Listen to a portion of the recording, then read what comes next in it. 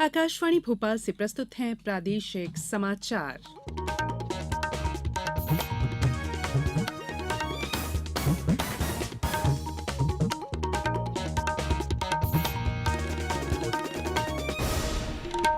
नमस्कार, समाचारों के साथ मैं संयुक्ता बैनर्जी। सबसे पहले इस बुलेटिन के मुख्य समाचार।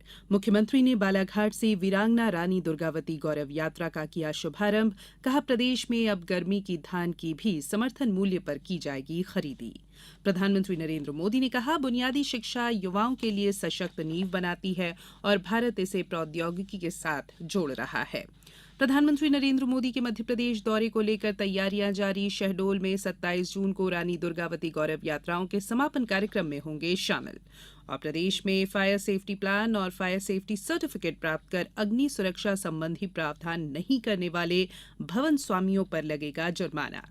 अब समाचार विस्तार से। मुख्यमंत्री शिवराज सिंह चौहान ने कल बालाघाट से वीरांगना रानी दुर्गावती की वीरता और बलिदान गाथा को जन जन तक पहुंचाने के लिए गौरव यात्रा का शुभारंभ किया। यहां मुख्यमंत्री ने कहा कि वीरांगना रानी दुर्गावती ने धर्म और स्वराज के लिए अपने प्राणों का बलिदान दिया। उन्होंने कहा कि प्रदेश में अब गर्मी की धान की भी समर्थन मूल्य पर खरीदी की जाएगी। किसानों को दी जाने वाली सम्मान निधि की राशि भी अब वर्ष में 6,000 रुपए कर दी गई है। 6,000 रुपए केंद्र सरकार देती है। इस प्रकार अब किसान भाइयों को वर्ष में 12,000 रुपए मिलेंगे। बालाघाट में सितंबर में मेडिकल कॉलेज का भूमि पूजन किया जाएगा। रानी दुर्गावती गौरव यात्राएं 4 अन्य स्थानों छिंदवाड़ा, दमोह के सिंगरामपुर, सीधी के दोहनी और यूपी के कलिंजर फोर्ट से कल शुरू हुई। ये यात्राएं रानी दुर्गावती के जीवन से जुड़े सभी प्रमुख स्थानों से होकर गुजरेगी। प्रधानमंत्री नरेंद्र मोदी 27 जून को शहडोल में गौरव यात्रा का समापन करेंगे। सांसद वीडी शर्मा ने कहा कि मध्यप्रदेश में सरकार हर गरीब के जीवन को बदलने का अभियान चला रही है। हर गरीब के सर पर पक्की छत की व्यवस्था की गई है। 3.5 करोड़ गरीबों को मकान उपलब्ध करा दिया गया है।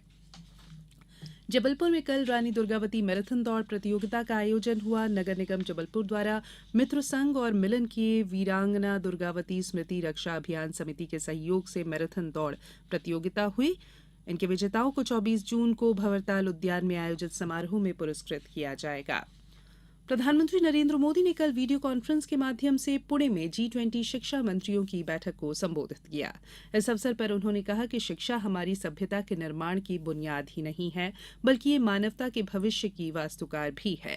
श्री मोदी ने कहा कि बुनियादी शिक्षा युवाओं के लिए सशक्त नींव बनाती है और भारत इसे प्रौद्योगिकी के साथ जोड़ रहा है। वहीं केंद्रीय शिक्षा मंत्री धर्मेंद्र प्रधान ने G20 शिक्षा मंत्रियों की बैठक के बाद संवाददाताओं से बातचीत करते हुए कहा कि G20 शिक्षा कार्य समूह की चौथी बैठक का वैश्विक शिक्षा पर दीर्घावधि प्रभाव पड़ेगा। केंद्रीय गृह और सहकारिता मंत्री अमित शाह ने कल छत्तीसगढ़ के दुर्ग शहर में एक आमसभा को संबोधित करते हुए कहा कि केंद्र की मोदी सरकार के बीते 9 साल भारत के उत्कृष्ट और गरीब कल्याण के साल रहे हैं। हर गरीब के घर में गैस का सिलेंडर, नल से जल, शौचालय, बिजली और गरीब को घर, 5 लाख रुपए तक की सभी स्वास्थ्य की सुविधाएं और 5 किलो अनाज मुफ्त में देने का काम किया गया है।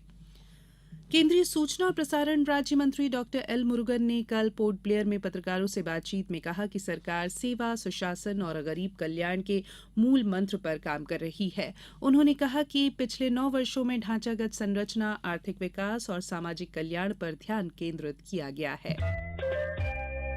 ये समाचार आप आकाशवाणी भोपाल से सुन रहे हैं। हमारे समाचारों को अब आप कभी भी और कहीं भी अपनी सुविधा के अनुसार सुन सकते हैं। ये समाचार बुलेटिन YouTube, ट्विटर और फेसबुक पर AIR न्यूज भोपाल पेज पर सुने जा सकते हैं। इसके अलावा आप हमारी वेबसाइट newsonair.com पर या AIR न्यूज ऐप पर भी समाचार सुन सकते हैं।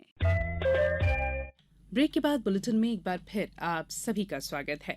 प्रधानमंत्री नरेंद्र मोदी के मध्यप्रदेश दौरे को लेकर प्रदेश में तैयारियां जोरों पर की जा रही हैं। प्रधानमंत्री 27 जून को भोपाल से 2 वंदे भारत ट्रेन शुरू करेंगे। वे यहां बूथ कार्यकर्ताओं से संवाद भी करेंगे। साथ ही इसी दिन शहडोल में रानी दुर्गावती गौरव यात्राओं का समापन कार्यक्रम में शामिल होंगे। श्री मोदी 2 अभियान लॉन्च करेंगे। सिकल सेल रोग से पीड़ित व्यक्तियों की स्क्रीनिंग और इलाज की व्यवस्था के लिए सिकल सेल मिशन लॉन्च किया जाएगा। प्रदेश में 1 करोड़ से अधिक आयुष्मान कार्ड वितरण का प्रारंभ प्रतीकात्मक रूप से किया जाएगा। इसी समय सभी हेल्थ वेलनेस सेंटर, पंचायतों और शहरों के वार्डों में कार्डों का वितरण होगा। प्रधानमंत्री शहडोल में महिला स्व सहायता समूह की लखपति दीदियों से संवाद करेंगे। महिला स्व सहायता समूह में जिन दीदियों की वार्षिक आय 1 वर्ष में 1 लाख रुपए से अधिक होती है, उन्हें लखपति दीदी कहा जाता है। प्रदेश में नगरीय निकायों से कहा गया है कि ऐसे सभी भवन जिनमें भवन स्वामियों द्वारा फायर सेफ्टी प्लान और फायर सेफ्टी सर्टिफिकेट प्राप्त कर अग्नि सुरक्षा संबंधी प्रावधान नहीं किए गए हैं, उन्हें नोटिस जारी कर जुर्माना लगाने की कार्रवाई की जाए। नगरीय विकास और आवास मंत्री भूपेंद्र सिंह ने कहा कि नोटिस देने के बाद भी यदि भवन स्वामी द्वारा कार्रवाई नहीं की जाती है तो जिला कलेक्टर को सूचना देकर भवन में संचालित गतिविधियों को बंद कराने के लिए समुचित कार्रवाई की जाए। सभी बहुमंजिला इमारतों में नियमित मॉक ड्रिल से जन समुदाय को जागरूक और प्रशिक्षित किया जाए। बहुमंजिला इमारतों का नियमित निरीक्षण कर फिक्स्ड फायर फाइटिंग सिस्टम और स्प्रिंकलर की स्थिति का आकलन करने के लिए भी निकायों को कहा गया है। कृषि और किसान कल्याण मंत्री नरेंद्र सिंह तोमर ने कल पीएम किसान योजना का चेहरा पहचान प्रणाली वाला मोबाइल ऐप जारी किया है। इस ऐप के जरिए दूर दराज के किसान बिना ओटीपी या फिंगरप्रिंट के अपना चेहरा स्कैन करके ई-केवाईसी कर सकते हैं। मध्यप्रदेश भवन विकास निगम के इंजीनियर्स आईआईएम इंदौर में मानव संसाधन का बेहतर प्रबंधन सीखेंगे। इसके लिए कल इंदौर में निगम के प्रबंध संचालक चंद्रमोहन ठाकुर और इंदौर के निदेशक प्रोफेसर हिमांशु राय के मध्य समझौता एएमयू पर हस्ताक्षर किए गए।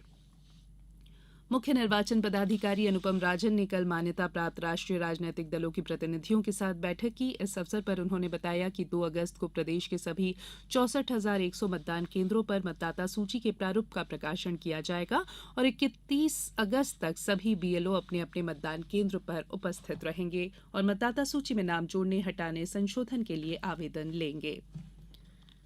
कृषि मंत्रालय भारत सरकार के अपर सचिव फैज अहमद किदवई ने कल मंडी बोर्ड मुख्यालय में समीक्षा करते हुए कहा कि ई नाम को और अधिक सशक्त बनाने के लिए अंतर्राज्यीय व्यापार को सुगम बनाया जाए।